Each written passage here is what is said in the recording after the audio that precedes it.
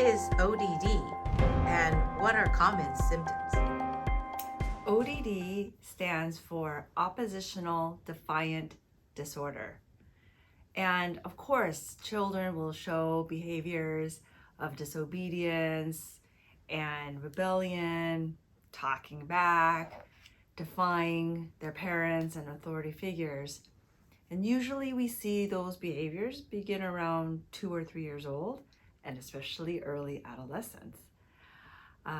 But when a kid or a teen starts to be very openly uncooperative and hostile, and these become frequent, consistent, happening many more times, almost daily, often, and are more prominent, meaning much more compared to other peers of the same age, and affecting their social life, academic life, their family life, then maybe it's becoming a serious concern and we suspect an actual disorder, oppositional defiant disorder. This sounds funny because it feels like, oh, well, we're just putting some label to some disobedient kids. Actually, we have noticed a difference between just usual disobeying kids and those with a significant amount of oppositional behaviors and defiant behaviors. And so that's what ODD is. And the symptoms, for example, very frequent temper tantrums, excessive arguing, often questioning rules, and defying and refusing requests and rules, even simple requests, blaming others, easily annoyed, anger, resentment, mean or hateful, just even when they're upset, spiteful, and revenge seeking. All of these are included in the symptom list. Isn't this just a serious spiritual problem of rebellion? Well, it's not just a spiritual problem. I would say it's also a spiritual problem. Oppositional and being defiant toward authority figures, we are referring to authority figures of parents, teachers, or any adults that who should be respected and followed, even school officials, police, guards, any adults, right? But you know what? Look at the resemblance of the first man and woman, Adam and Eve, being defiant and disobedient toward their God the Father. It all started from there, right? So it's not surprising that children at a very young age start to look disobedient. And so if somebody has a diagnosis of ODD, yes, there is a spiritual component there for sure. And I wonder if the spiritual problem of Adam and Eve being defiant toward God is just being transmitted down to every single generation, some worse than others. Then what criteria is used to diagnose this disorder?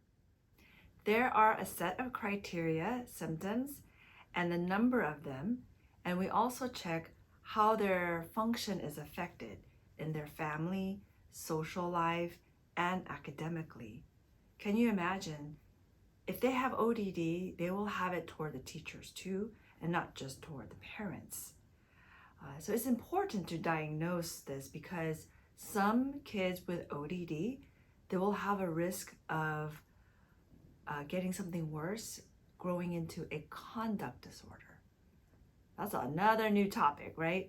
But conduct disorder, if somebody has that, they can grow into adults and do criminal activity, violating the rights of other people. But also, what we look for is other diagnoses that might be involved, like depression, ADHD, bipolar, autism, spectrum disorder, anxiety. And if they coexist, if a child has one of those and ODD, we have to improve those other symptoms, for example, depression. Otherwise, ODD will never improve. We have to help the entire child, an entire system. What do you think are contributing factors to the development of this disorder?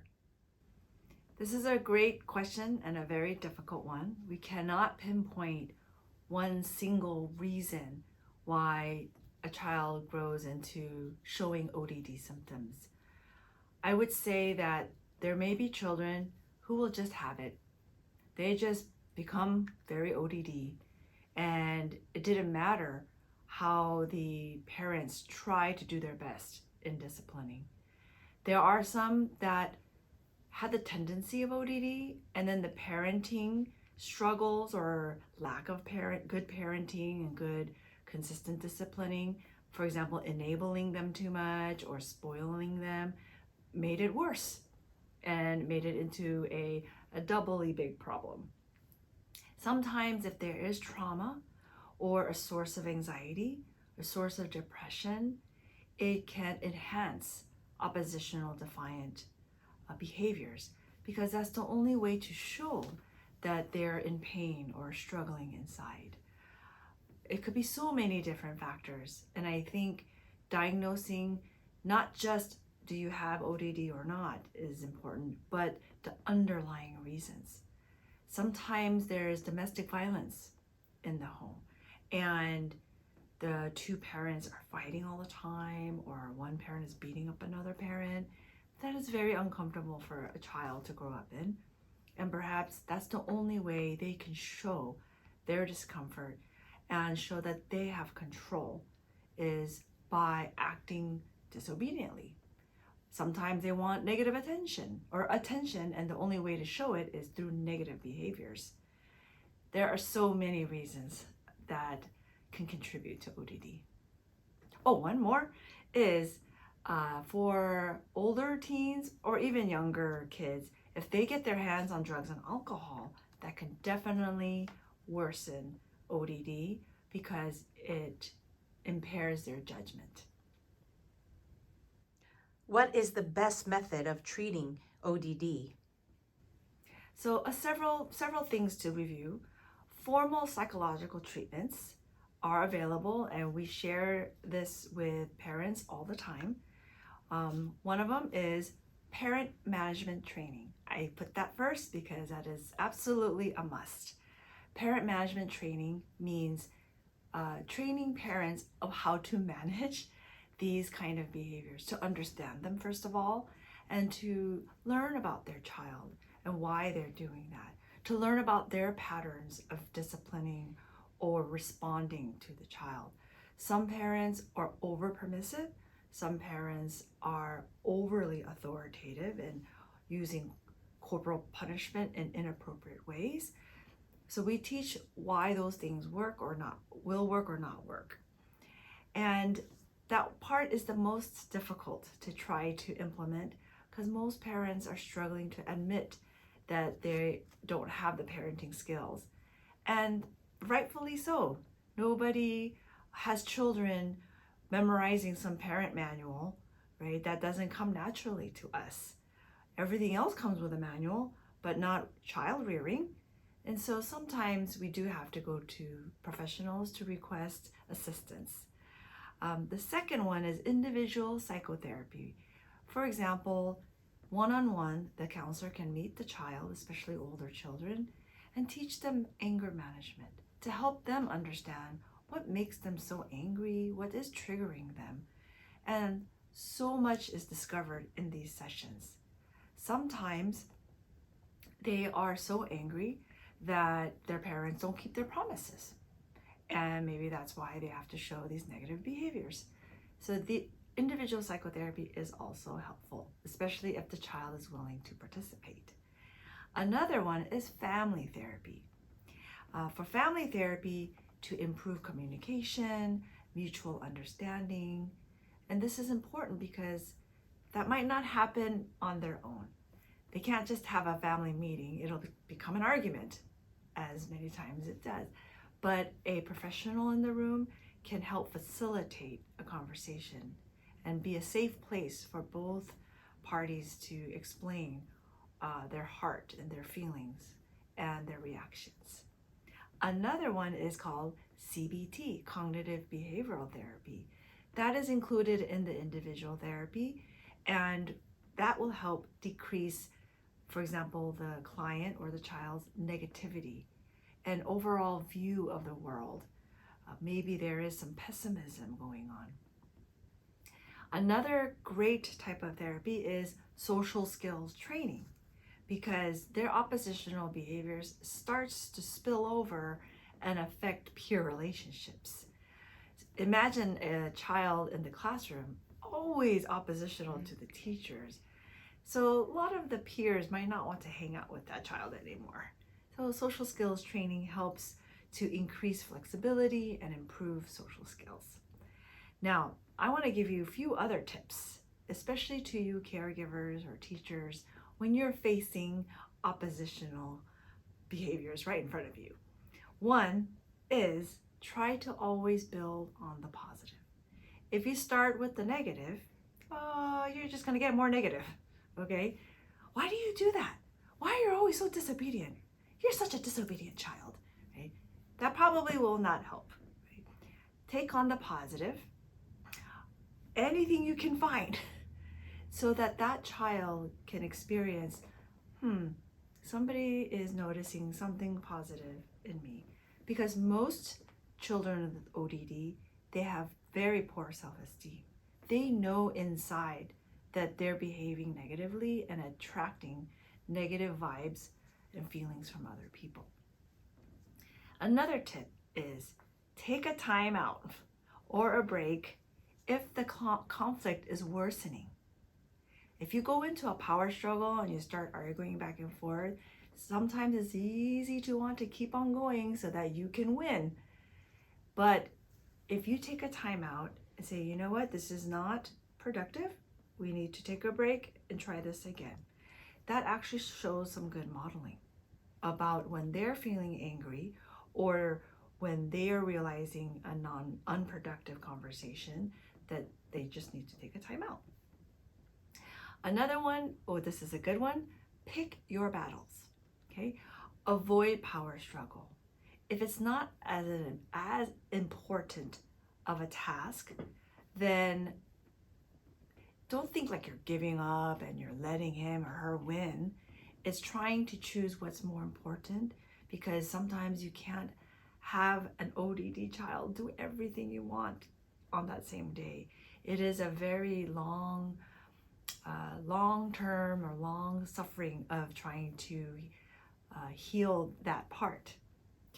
Another one is set age appropriate reasonable limits, okay, with consequences that can be enforced consistently. What that means is you can create a consequence, right? For example, good behavior or targeted behavior. And if they don't do that target behavior, they don't get something. But something that is inappropriate or that you cannot target, the child knows and will continue doing that negative behavior. For example, if you do all your homework all throughout the semester, then we'll go to Disneyland. The child knows that they just even miss one homework, you might say, oh, well, we're not going to Disneyland. So then why even try, right? So it has to be reasonable and reachable goals. Let's see. Another one is manage your own stress. Okay, as caregivers and parents and teachers, it is stressful. Imagine having a full classroom as a teacher and you have one or two oppositional kids. They can just ruin your day and give you so much stress. So I feel that managing that and discussing that with others and receiving tips and also not taking it home with you is very, very important. Parents also, sometimes all their attention is going to the one who is being oppositional and no attention to the other children who's actually behaving very appropriately. So there are many ways to try to manage those things. And lastly, spiritually, we have to remember that this is a spiritual battle. It's not just a behavioral battle. It is a spiritual battle. And we have to let the Holy Spirit lead.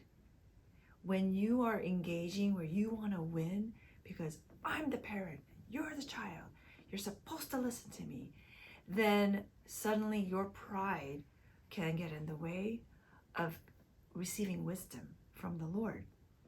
And also, how about there is a need to focus on myself first, right? My issues, my disbelief, my pride, my lack of enjoyment. When I'm having a bad day, bad week, bad year, I'm very stressed about life in general, financially, or my marriage, then that attitude can spill over to the children. And if someone has ODD, that child won't be able to handle feeling your stress, right? So that's what I mean by focusing on myself. And lastly, we pray, right? Sometimes that's all you can do until God gives you wisdom. The prayer is, how do I love my child? I feel like a lot of parents pray, how do I discipline my child? How do I change my child? How do I fix that behavior? But maybe we can start off with, of course I love my child. No, how do I really love my child? How do I express my unconditional love for my child? Because even as parents, our love for our children sometimes feels conditional to them. And God will guide you thereafter.